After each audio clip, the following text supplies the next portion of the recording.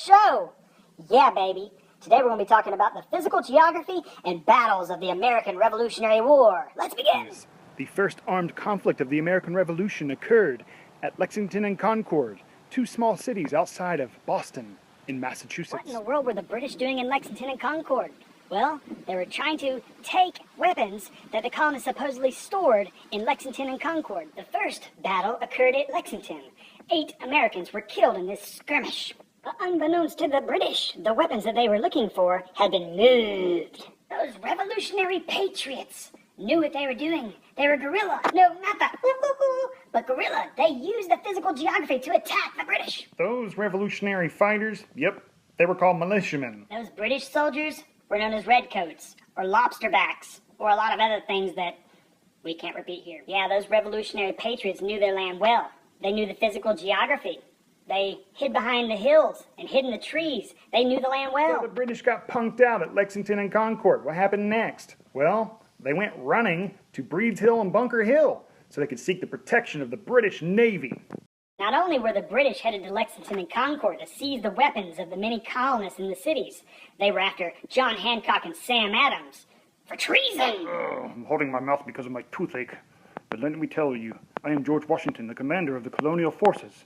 We had untrained men and not enough supplies. The British invaded New York from Canada in the fall of 1777.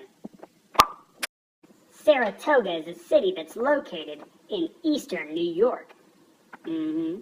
Americans used their physical geography to win, baby, win! In New York, in the Battle of Saratoga. It was a turning point in the war.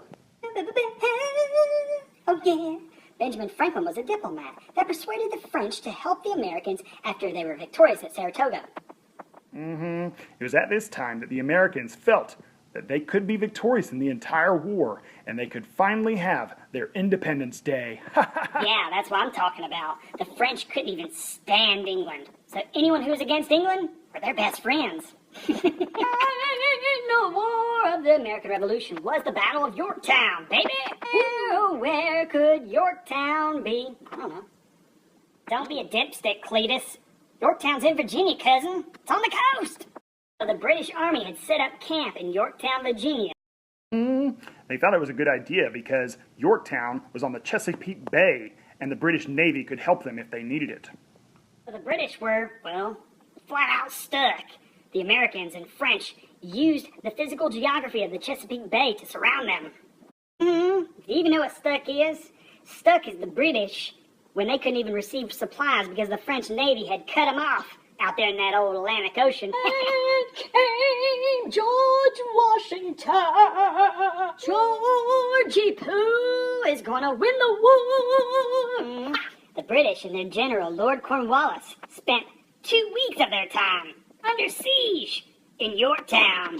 British General Lord Cornwallis was so chicken, so humiliated, he wouldn't even show up to offer his sword as a surrender to Washington. Let's put a fork in it.